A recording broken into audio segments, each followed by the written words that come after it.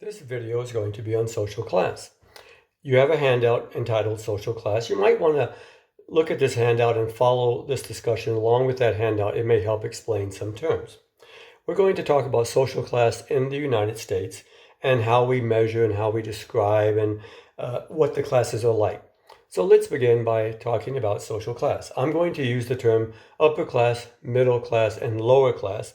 I will also use the term working class interchangeably with lower class. And in fact, working class is often the preferred term today among most sociologists. I'm also going to do something else. When I talk about social class, I'm going to divide social classes into subclasses. You'll see, for instance, in a second, I'm going to talk about the upper class, the middle upper class, the lower upper class. And I will do the same with the middle and the lower classes. And I'll tell you the reason why I'm doing that in a second. Let's talk about how we measure social class criteria. There are generally three criteria. One, when we're asking or looking at an individual social class, we can ask these questions. What is your job?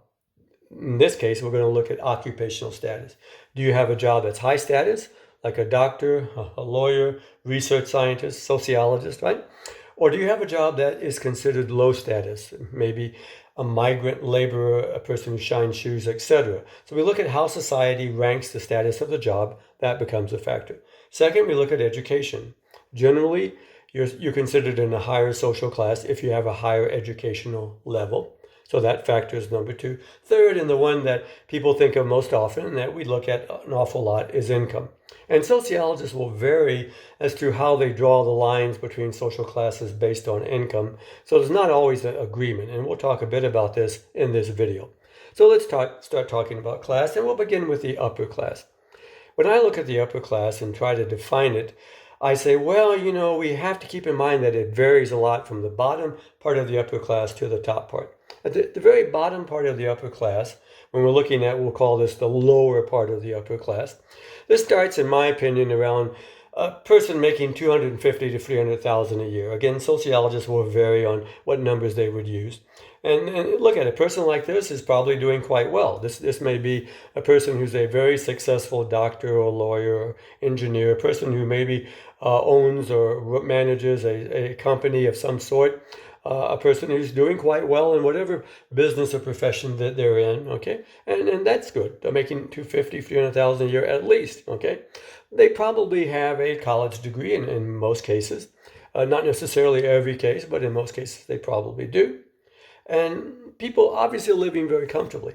When we start moving up, though, to the middle upper class and the upper class, we start seeing that the money goes up tremendously, the difference in income levels.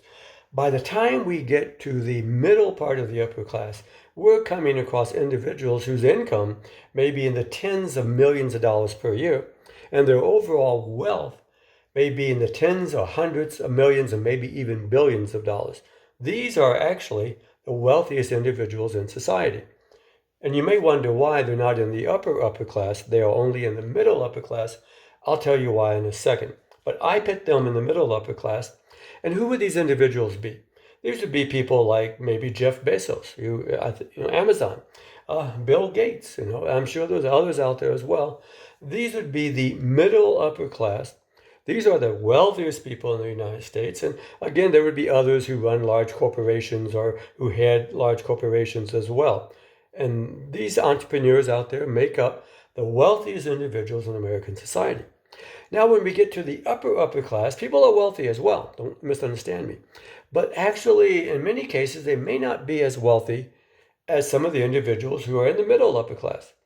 For instance, in the United States, if I was saying who's in the upper class, I would pit people like the Vanderbilts, the Carnegies, the Rockefellers, the Mellons. There are probably others out there, the Via de Mortoses, okay? And why am I pitting them in the upper class when Bill Gates and Jeff Bezos and others make more money? It's because they represent old money. Let me try to explain this. If you look at Europe, in some countries they have nobility, right? You have the Duke and the Duchess and the Prince and the Princess and the King and the Queen. Look at England. I'm going to take a guess, and I think I'm right. The Queen of England, I suspect, is not the wealthiest person in England. The Prince Harry, isn't the wealthiest person in England. In other words, they are nobility. They are probably considered upper class, but they're not the wealthiest. They represent what could be called, in terms of England, old money. They're like the Vanderbilts and the Rockefellers and the Mellons of the United States. These are people who've had money for many generations in their family. And that's what I mean by old money. Where the family has been wealthy for many, many generations. It might have been the great-grandfather who made the money. And these families actually are somewhat different than the entrepreneurial families and the middle upper class. The families in the upper class, these families, while individuals may work, they don't have to work. The money is already there. The individuals in these families, of course, they're educated, but they may run the family charity. For instance, the Carnegie family was well known for helping establish public libraries throughout the United States. Some of these families may have other charities, and the sons and daughters may help to run these charities when they grow up. In other words, they're not necessarily having to work. They work if they want to. They're old money. They're cultured. They're refined. They understand the arts. They understand music. They may collect art. For instance, they could probably tell you the difference between an early Picasso and a late Picasso. They could tell you what La Guernica is. Do you know what La Guernica is? Very famous painting by Picasso. They could tell you what Cubism is. They could tell you the difference between a Picasso painting and one by Salvador Dali. Do you know the difference? They could tell you what Tchaikovsky wrote. They could tell you the difference between Tchaikovsky and Beethoven, maybe. But does Bill Gates know that? Does he care? Does Jeff Bezos know that? Does Jeff Bezos care? Probably not. So this is the difference. With the upper class is the cultured, the refined group of individuals who've been wealthy for many years, and these individuals have become like the nobility in society. Whereas the middle part of the upper class, the wealthiest individuals in American society, get up and go to work. And they may or may not have spent a lot of time trying to figure out, what's an early versus a late Picasso or something like that. So that's a distinction I make. You have like the nobility in American society, upper class, and then you have the very wealthy, which would in this case be the middle upper class. And that's how I describe it. Now, when you get to the middle class, if the bottom part of the upper class is around 250 to 300,000, then you start hitting the upper part of the middle class. The upper part of the middle class, you run into your more successful doctors and lawyers, your more successful business people. Again, not quite as wealthy or successful as the doctors and lawyers that might be in the lower part of the upper class, but still doing very well. I mean, if you're making $200,000 a year, you're doing quite well. Now, I should mention, for all of the middle class, education is extremely important. It becomes what we call a social elevator, kind of to lift up people and to move them up in the middle class because they get college degrees. So you find that within the middle class, college education becomes important. Baccalaureate degrees, master degrees, doctoral degrees become important. So we find the people are well educated in the upper part of the middle class and even in the middle part of the middle class. When we get to the middle part of the middle class, we start running into college teachers, school teachers, nurses, journalists, social workers. Again, you see where education plays a role as well. We also have business people. We have business people who are working in the middle class. It might be somebody who runs a restaurant, it might be middle class. Somebody who owns several restaurants might be upper middle class. When we get to the lower middle class, we find that the educational levels tend to be a bit lower, that we find more and more people that maybe haven't completed 4 years of college, maybe have a 2-year degree or a couple of years of college, but they do have some college very often. The jobs might be clerks at a department store where I run, say, a department in there. I might be the head cashier, teller at a bank. Okay, I may be the automobile salesman over at the Subaru place where I get my car fixed. Okay, these individuals are doing well, and they do have some education, but not doing as well as those in the middle part of the middle class or the upper part of the middle class.